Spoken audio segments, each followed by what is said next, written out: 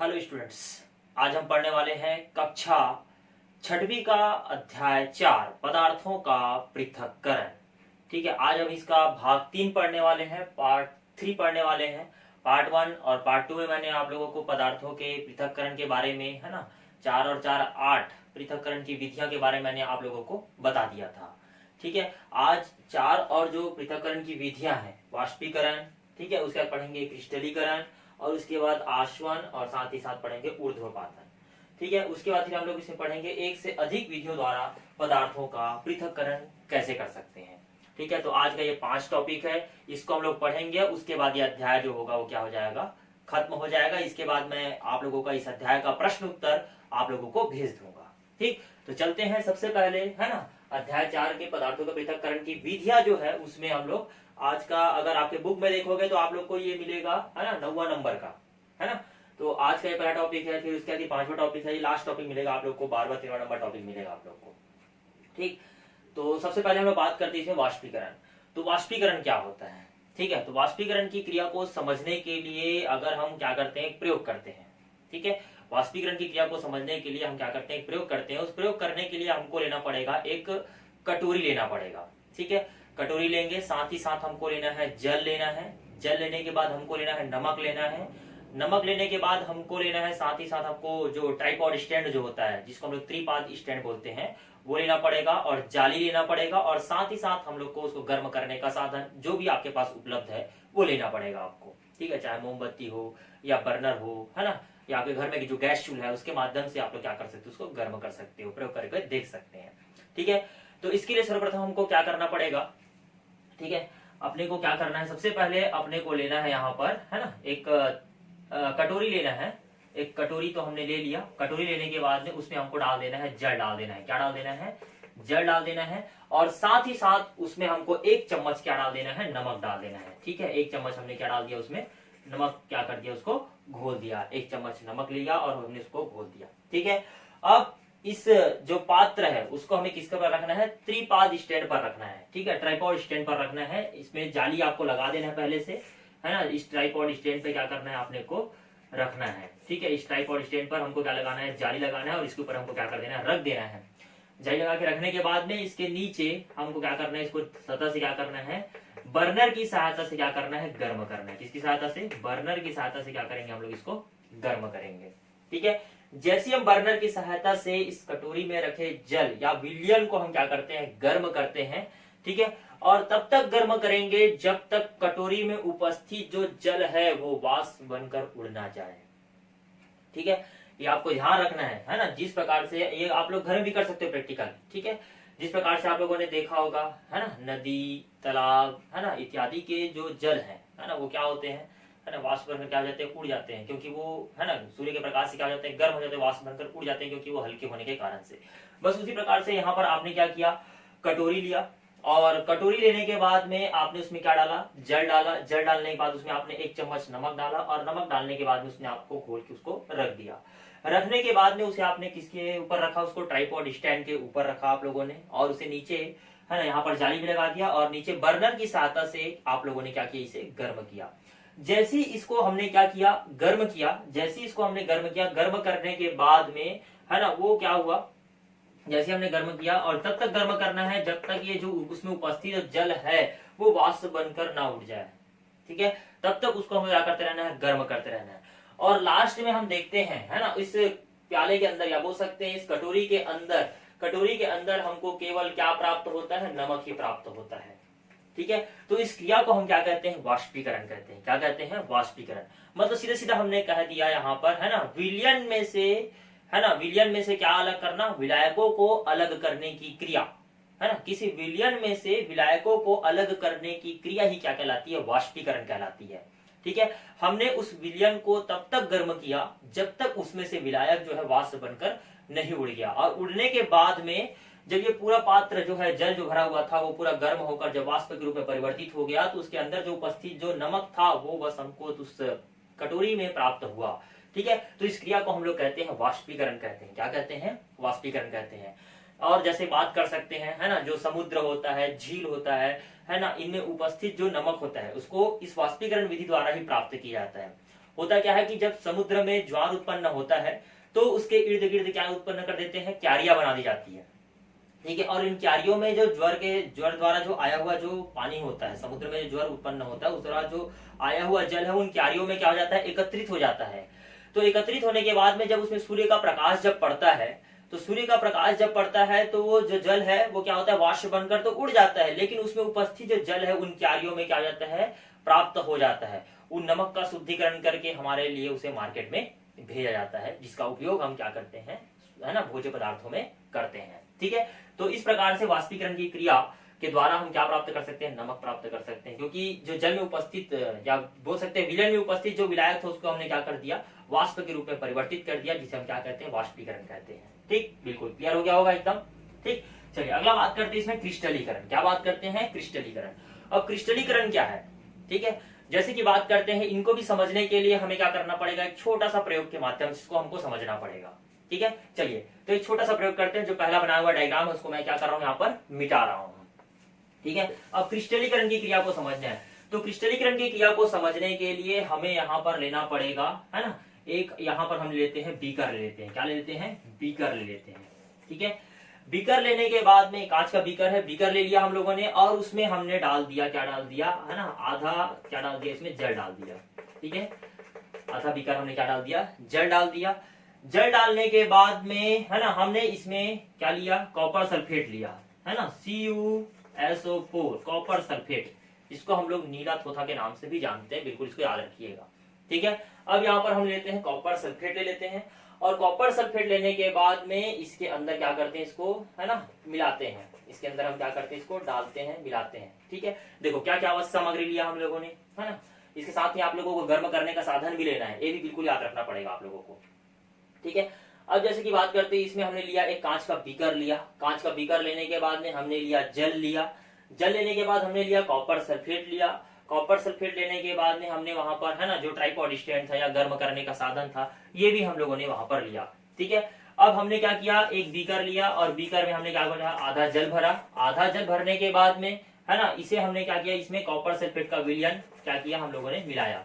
ठीक है, यह विलयन कैसा हो जाएगा, पूरा नीला हो जाएगा। जैसे हमने उसमें मिलाया, है ना, नीला हो गया। अब उसको हम लोग क्या करते हैं, नीचे तली से क्या करते हैं, इसको गर्म करते हैं। ठीक है, नीचे तली से क्या करते हैं, इसको हम लोग, है ना, नीचे तली से क्या करते हैं, इसको हम लोग गर्म करते हैं। जैसे नीचे तली से हम क्या करते हैं, इसको गर्म करते जाते हैं। ठीक है, और इसमें तब तक हमको क्या करना है, कॉपर सल्फेट का विलयन मिलाते रहना है। जब तक उसमें कॉपर सल्फेट का विलयन मिलाते रहेंगे, मिलाते रहेंगे, मिलाते रहेंगे, जब तक वो कॉपर सल्फेट का विलयन जो है वो घुलना बंद ना कर दे, तब तक इसमें हमको कॉपर सल्फेट का जो विलयन है वो मिलाते रहना है। ये भी आपको याद रखना पड़ेगा। ऐसा नहीं कि कॉपर सल्फेट का 2-4 बूंद डाले और छोड़ दिया, ऐसा बिल्कुल नहीं है। ठीक है, आपको क्या करना है, इस कॉपर सल्फेट के जो विलयन है उसको हमको तब तक इसके अंदर क्या करना है, मिलाते रहना है, मिलाते रहना है, जब तक, है ना, ये घुलना, इस विलयन में घुलना ना, विलयन में घुलना बंद ना कर दे, तब उसमें मिलाते रहना है। ठीक है, अब क्या करना है, जो विलयन यहाँ पर तैयार हुआ है, जो घुलना बंद हो गया, अब हम क्या करते हैं, इस विलयन को क्या करते हैं, नीचे तली से क्या करते हैं, गर्म करते हैं। जैसे ही नीचे तली से हम क्या करते हैं, इसको गर्म करते हैं, तो गर्म करने के बाद में हम इस विलयन को, ठीक है, ठंडा होने के लिए क्या कर देते हैं, छोड़ देते हैं। ठीक है, इसको छान लेते हैं, और छानने के बाद में क्या करते हैं, इसको ठंडा होने के लिए इस विलयन को क्या कर देते हैं, छोड़ देते हैं। ठीक है, छानने के बाद में हम क्या करते हैं, इसको छान लेते हैं। जो गर्म विलयन को प्राप्त हुआ था उसको हम लोग छान लेते हैं, और छानने के बाद में उसे हम लोग 15 से 20 मिनट के लिए उसको ठंडा होने के लिए क्या कर देते हैं, छोड़ देते हैं। जब 15 से 20 मिनट के लिए उसको हम लोग ठंडा होने के लिए छोड़ देते हैं, तो वहां पर हमें नीचे तली में, है ना, वहां पर नीचे हमें तली में क्या दिखाई देता है, वहां पर कॉपर सल्फेट का जो क्रिस्टल भाग है, अर्थात जो ठोस रूप है, वो हमको वहां पर दिखाई देता है। ठीक है, तो इस प्रकार से हमने क्या किया, एक द्रव को क्या कर दिया, क्रिस्टल के रूप में क्या कर दिया, परिवर्तित कर दिया। तो इसे हम लोग क्या कहते हैं, क्रिस्टलीकरण कहते हैं। क्या कहते हैं, क्रिस्टलीकरण कहते हैं। बिल्कुल इसको याद रखिएगा। ठीक है, हमने क्या लिया, यहाँ पर कांच का बीकर लिया, और कांच का बीकर लेने के बाद उसमें आधा जल डाला हम लोगों ने। आधा जल डालने के बाद में उसमें, है ना, हम लोगों ने क्या भरा, है ना, CuSO4 का विलयन तब तक मिलाया जब तक, है ना, वो क्या ना हो, घुलना बंद ना कर दे, तब तक उसमें हम लोगों ने क्या मिलाया, उसमें कॉपर सल्फेट का विलयन मिलाते गए, मिलाते गए, मिलाते गए। जब वो घुलना बंद कर दिया, उसके बाद हमने क्या किया, उसको नीचे तली से क्या किया, हम लोगों ने गर्म किया। गर्म करने के बाद में जब यह विलयन गर्म हो गया, तो इसे हमने क्या कर लिया, छान लिया, और छानने के बाद में दूसरे बीकर में उसको ठंडा होने के लिए हम लोगों ने क्या कर दिया, उसे रख दिया। जब वह विलयन ठंडा होते जाता है, तो होता क्या है कि उसमें जो है ना, कॉपर सल्फेट का जो क्रिस्टल भाग है, जो ठोस रूप है, वो नीचे तली में बैठता है या प्राप्त होता है। तो इस प्रकार से हम क्या कर सकते हैं, है ना, क्रिस्टलीकरण की क्रिया को क्या कर सकते हैं, समझ सकते हैं। ठीक, चलिए, तो बिल्कुल आप लोगों को समझ आ गया होगा क्रिस्टलीकरण क्या है। चलिए अब बात करते हैं इसमें आसवन, क्या बात करते हैं, आसवन। ठीक है, जैसे कि मैंने जब पहला वाला भाग आप लोग को वाष्पीकरण बता रहा था, तो उसमें, है ना, मैंने बताया था कि गर्मियों के दिन में आप लोगों ने देखा होगा समुद्र, झील, तालाब का जो पानी है वो क्या होता है, वाष्प बनकर क्या हो जाता है, उड़ जाता है। क्योंकि वाष्प कैसा होता है, हल्का होता है। ठीक है, तो हल्का होने के बाद में वो कहाँ जाता है, ऊपर चले जाता है। और ऊपर जाने के बाद में, है ना, वो क्या होता है, एकत्रित होता है। और एकत्रित होने के बाद में छोटी छोटी बूंदे के रूप में क्या जाती है, वो संघनित होकर द्रव का रूप ले लेती है। ठीक है, और नीचे फिर से क्या होती है, वर्षा होती है। इस क्रिया को हम क्या कहते हैं, जल का आसवन कहते हैं। क्या कहते हैं इसे हम लोग, जल का आसवन कहते हैं। ठीक, तो इसी प्रोसेस को यहाँ पर क्या करना है, अपने को समझना है। ठीक है, तो आसवन की क्रिया, तो आसवन की क्रिया को समझने के लिए हमें पुनः, ठीक है, ये जो बना हुआ था डायग्राम जो पिछला, उसको मैं क्या कर रहा हूं, मिटा रहा हूं। अब इसके बाद फिर हम लोग आसवन की क्रिया को यहाँ पर समझते हैं। तो हम पदार्थों का पृथक्करण कैसे कर सकते हैं, आसवन विधि द्वारा। ठीक है, हमको लेना है एक कोनिकल फ्लास्क लेना है। ठीक है, हमको क्या करना है, एक कोनिकल फ्लास्क ले लेते हैं हम लोग। ठीक है, ये कोनिकल फ्लास्क हम लोगों ने ले लिया। और कोनिकल फ्लास्क लेने के बाद में इसे हम लोग स्टैंड से क्या कर देते हैं, लगा देते हैं। और इसको, है ना, नीचे क्या करते हैं, त्रिपाद स्टैंड लगा देते हैं। ये ट्राइपॉड स्टैंड लगा दिया, इसको जाली के ऊपर हम लोगों ने रख दिया। और नीचे इसका गर्म करने का साधन। ठीक है, बिल्कुल इतना तो हो गया क्लियर। हमने लिया कोनिकल फ्लास्क लिया, ट्राइपॉड स्टैंड लिया, स्टैंड से इसको लगा भी दिया हम लोगों ने। और साथ ही साथ यहाँ गर्म करने का साधन भी हम लोगों ने ले लिया है। ठीक, और इसके मुंह पर एक छिद्र वाला कार्क लगा देते हैं, एक छिद्र वाला कार्क भी लगा दिया। और लगाने के बाद में इसे समकोण मुड़ी हुई, है ना, दोनों तरफ से समकोण मुड़ी हुई नली को, ठीक है, एक बीकर में बर्फ से भरे बीकर के अंदर रखी परख नली में क्या कर देते हैं, इसको रखी परख नली में क्या कर देते हैं, इसको जोड़ देते हैं। ठीक है, ये बर्फ के टुकड़े इसके अंदर हैं, बिल्कुल इस बात को याद रखिएगा। ठीक है, इसको हम लोग क्या करते हैं, यहाँ एकत्रित कर लेते हैं। ठीक है, यहाँ पर एक सरफेस है जिसमें वो रुका हुआ है, बिल्कुल इस बात को ध्यान रखिएगा।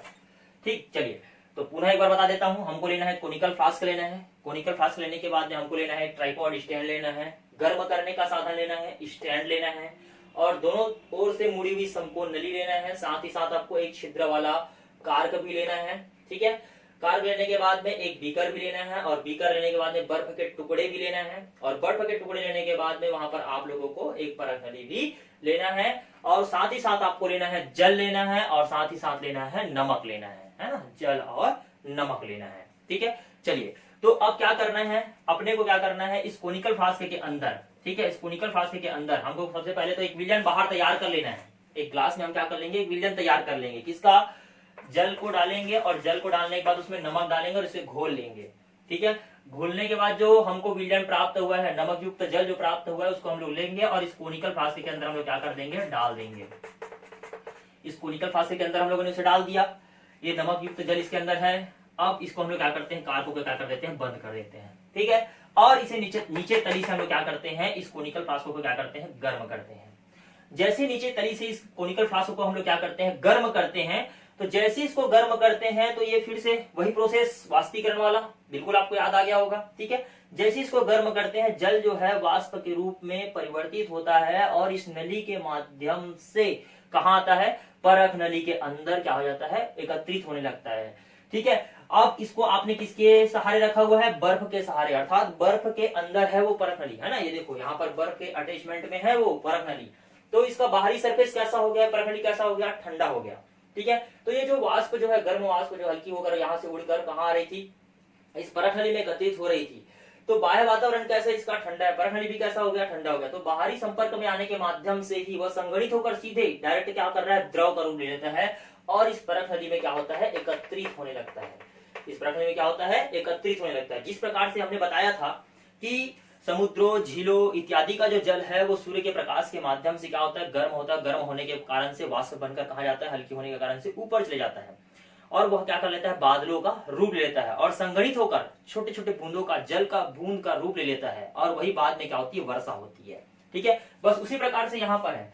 जैसे आपने क्या किया, यहाँ पर जो नमक युक्त जल था उसको आपने क्या किया, गर्म किया, तो जल जो था वो गर्म होकर सीधे कहाँ चले गया, है ना, वाष्प बनकर कहाँ उड़ा, सीधा और परखंड में आकर एकत्रित हो गया। आपने पहले ही उसको क्या कर दिया था, बर्फ के संपर्क में रखा हुआ था इस परख नली को, तो बाह्य वातावरण कैसा था, ठंडा था। तो जैसे ही इस पर वाष्प प्रेषित होगा, आएगा, वो क्या हो जाएगा, सीधा सीधा बूंद के रूप में संघनित होकर छोटी बूंदों के रूप में क्या हो जाएगा, परख नली के अंदर क्या हो जाएगा, बूंद के रूप में अर्थात जल के रूप में क्या हो जाएगा, एकत्रित हो जाएगा।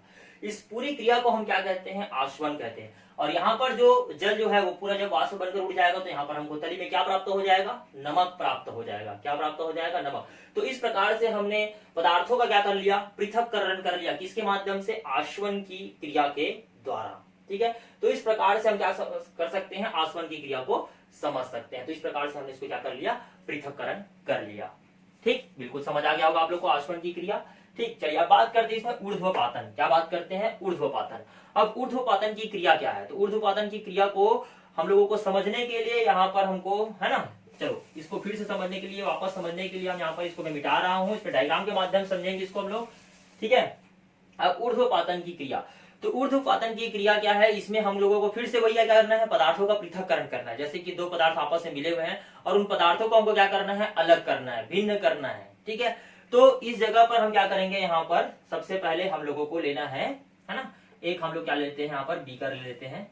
ठीक है, बीकर ना लेकर हम क्या करते हैं, एक पात्र लेते हैं, कटोरी ले लेते हैं, ज्यादा अच्छा है, एक कटोरी ले लेते हैं। ठीक है, और इस कटोरी के अंदर हम क्या डाल देते हैं, जल डाल देते हैं। क्या डाल देते हैं, जल डाल देते हैं। ठीक है, सबसे पहले जल डाल देते हैं। जल डालने के बाद में इसके अंदर हम लोग डाल देते हैं, है ना, अमोनियम क्लोराइड डाल देते हैं। क्या डाल देते हैं, अमोनियम क्लोराइड डाल देते हैं। ठीक, उसके बाद यहाँ पर हम लोग क्या करते हैं, है ना, इसके अंदर हम लोग क्या डालते हैं, नमक युक्त जल का विलयन डाल देते हैं। ठीक है, नमक युक्त जल भी क्या कर देते हैं, इसके अंदर डाल देते हैं, नमक युक्त जल। और साथ ही साथ उसमें हम लोगों ने क्या मिलाया है, अमोनियम क्लोराइड मिलाया हुआ है। ठीक है, बिल्कुल इसको याद रखिएगा, अमोनियम क्लोराइड NH4Cl डाला हुआ है हम लोगों ने। ठीक है, दोनों डालने के बाद में मिलाया हुआ है, और मिलाने के बाद में, है ना, इसको मैं थोड़ा सा यहाँ पर बना रहा हूँ डायग्राम को, है ना, बिल्कुल यहाँ पर बना रहा हूँ इसको। ठीक है, ताकि उधर समझाने में सरलता जाए। ठीक है, एक आप लोगों ने कटोरी लिया, कटोरी लेने के बाद में, या पोर्सलिन जिसको बोल सकते हैं, कटोरी लिया आप लोगों ने, जो गर्म करते हैं पोर्सलिन की प्याली जो होती है, उसको लिया आप लोगों ने।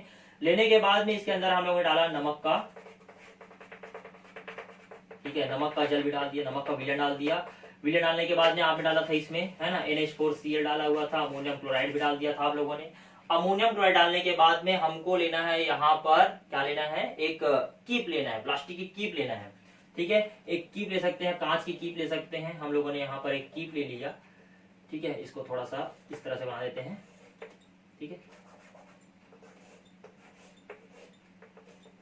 ये हम लोगों ने यहाँ पर कीप ले लिया, और कीप लेने के बाद में इसको आपने ढककर इसमें रख दिया, ये ढककर इसमें रख दिया, पूरा ये ढका हुआ है समझिए। ठीक है, और इसे एक, है ना, सरफेस पे क्या कर देते हैं, रख देते हैं, या ट्राइपॉड स्टैंड पर रख देते हैं, और नीचे तली से क्या करते हैं, इसको गर्म करने का एक साधन लगा देते हैं। ठीक है, और इसके मुंह पर, जो यहाँ पर आपको दिखाई दे रहा है, जो कीप है उसका मुंह खुला हुआ है, तो इस पर हम क्या कर देते हैं, रुई लगा देते हैं। क्या लगा देते हैं, रुई लगा देते हैं। ठीक, इतना काम अपने को करना है। देखिए हम लोगों ने क्या क्या लिया, हम लोगों ने सबसे पहले लिया यहाँ पर एक पोर्सलिन की प्याली, या फिर बोल सकते हैं एक, है ना, कटोरी लिया आप लोगों ने। लेने के बाद में उसमें आप लोगों ने एक कांच का कीप भी लिया। साथ ही साथ आप लोगों को क्या लेना है, सरफेस लेना है, या ट्राइपॉड स्टैंड भी ले सकते हैं, और साथ ही साथ गर्म करने का साधन भी लेना है। ठीक है, और नमक युक्त जल भी लेना है, और साथ ही साथ आप लोगों को लेना है अमोनियम क्लोराइड लेना है। क्या लेना है, अमोनियम क्लोराइड लेना है। अमोनियम क्लोराइड और नमक युक्त जल को आपस में क्या कर लेना है, मिला लेना है, और मिलाने के बाद में इस कटोरी के अंदर क्या कर देना है, आप लोगों को भर देना है या डाल देना है। ठीक है, डालने के बाद में आप लोगों को यहाँ पर, है ना, उसके ऊपर जो कांच का कीप लिए थे, प्लास्टिक के कीप लिए थे, उसको क्या कर देना है, ढककर रख देना है। रखने के बाद में, है ना, नीचे तली से क्या करना है, इसको गर्म करना है। गर्म करने से पहले इसको क्या करना है, आप लोगों को जो कीप का जो ऊपरी सिरा है उसे हमको क्या करना है, रुई से क्या कर देना है, ढककर रख देना है। ठीक है, अब उसके क्या करते हैं, हम इसे नीचे तली से क्या करते हैं, गर्म करते हैं। जैसे नीचे तली से हम इसे क्या करेंगे, गर्म करेंगे।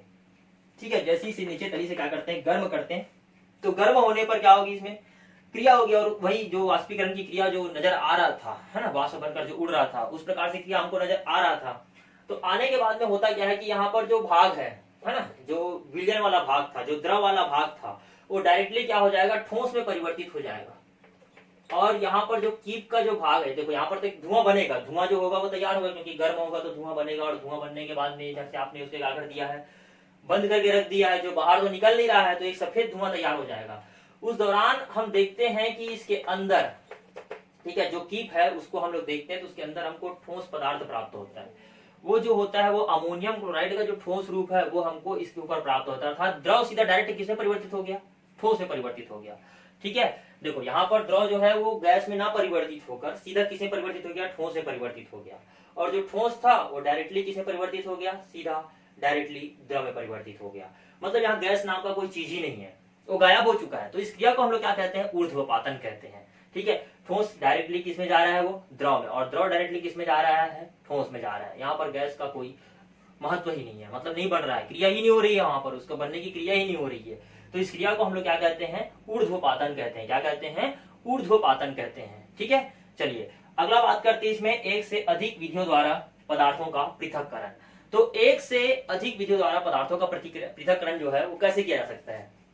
ठीक है, तो इसको पृथक्करण करने के लिए जैसे कि हम बात कर सकते हैं, अपने को लेना है वहां पर, है ना, बहुत सारा लौह चूर्ण लेना है। लौह चूर्ण लेने के बाद में उसमें लेना है आप लोगों को रेत लेना है, और रेत लेने के बाद में उसमें लेना है आप लोगों को नमक लेना है। ठीक है, और पानी लेना है, और साथ ही साथ आप लोगों को लेना है वहां पर, है ना, एक चुंबक लेना है। ठीक है, चलो क्या क्या लिया है उसको मैं बता रहा हूं फिर से। ठीक है, आपको लेना है ना, लौह चूर्ण लेना है।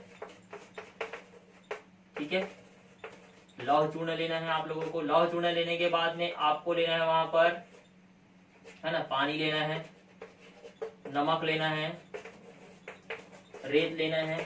ठीक है, चुंबक लेना है। ठीक है, ये सब लेने के बाद में आपको सबको क्या करना है, मिश्रित कर देना है, मतलब इसको छोड़कर और इसको छोड़कर। ठीक है, इन तीनों का हम लोग क्या कर लेंगे, एक मिश्रण तैयार कर लेंगे। लौह चूर्ण, नमक और रेत का एक मिश्रण तैयार कर लेंगे। मिश्रण तैयार करने के बाद में हमको क्या करना है, तीनों को पृथक करना है, अलग अलग भागों में क्या करना है, पृथक करना है। तो पृथक करने के लिए सबसे पहले हम क्या करते हैं, चुंबक जो है ना, ये हमने क्या किया, एक पात्र के अंदर तीनों को क्या कर लिया, मिक्स कर दिया। ये भी चूर्ण के रूप में, ये भी चूर्ण के रूप में, ये भी चूर्ण के रूप में, सबको क्या कर दिया था हम लोगों ने, मिला दिया था, मिलाकर ऐसे रख दिया था। अब सर्वप्रथम हम क्या करते हैं, चुंबक लेकर आते हैं, और चुंबक लेकर आने के बाद में इसकी इर्द गिर्द घुमाते हैं। तो जितना भी लोहे वाला भाग है, जो चूर्ण वाला भाग है, वो चुंबक में क्या हो जाएगा, चिपक जाएगा, वो अलग हो जाएगा आकर्षित होकर। ठीक है, अर्थात उसमें से आपने लौह चूर्ण को क्या कर लिया, अलग कर लिया। लेकिन उसके बाद यहाँ पर नमक और रेत आपको दिखाई दे रहा है। अब नमक और रेत को कैसे अलग अलग करें, तो नमक और रेत को अलग करने के लिए हम क्या करेंगे, वो जो पदार्थ हमारे सामने अब रखा हुआ है उसे हम क्या कर देंगे, पानी के अंदर क्या कर देंगे, डाल देंगे। तो नमक क्या हो जाएगा, घुल जाएगा, और छान कर हम रेत को क्या कर सकते हैं, अलग कर सकते हैं। तो एक से अधिक विधि द्वारा हम क्या कर सकते हैं, उसको अलग अलग कर सकते हैं। देखो सबसे पहले में क्या किया हम लोगों ने, है ना, हमने क्या किया, वहां पर चुंबकीय पृथक्करण विधि अपना भी लिया। साथ ही साथ दूसरे में हम लोग क्या किया, वहां पर, है ना, घोलने का काम किया, घुलनशीलता वाला काम किया। ठीक है, और तीसरे में हमने क्या कर लिया, उसे छान कर क्या कर लिया, अलग कर लिया। तो ऐसे बहुत सारे विधियों का हमने इस्तेमाल किया, और पदार्थों का क्या कर लिया हम लोगों ने, पृथक्करण कर लिया। ठीक, तो बिल्कुल आज का जो ये 5 टॉपिक था बिल्कुल आपको समझ आया होगा। ठीक है, तो आप लोगों के लिए होमवर्क है, आप लोगों के लिए होमवर्क यह है कि आप लोग जो क्रिस्टलीकरण और आसवन दोनों की जो परिभाषा है, जो मुख्य जो उद्देश्य उसका जो है, उसको आप लोग क्या करेंगे, लिखकर भेजेंगे। तो आज के लिए इतना बहुत है, धन्यवाद।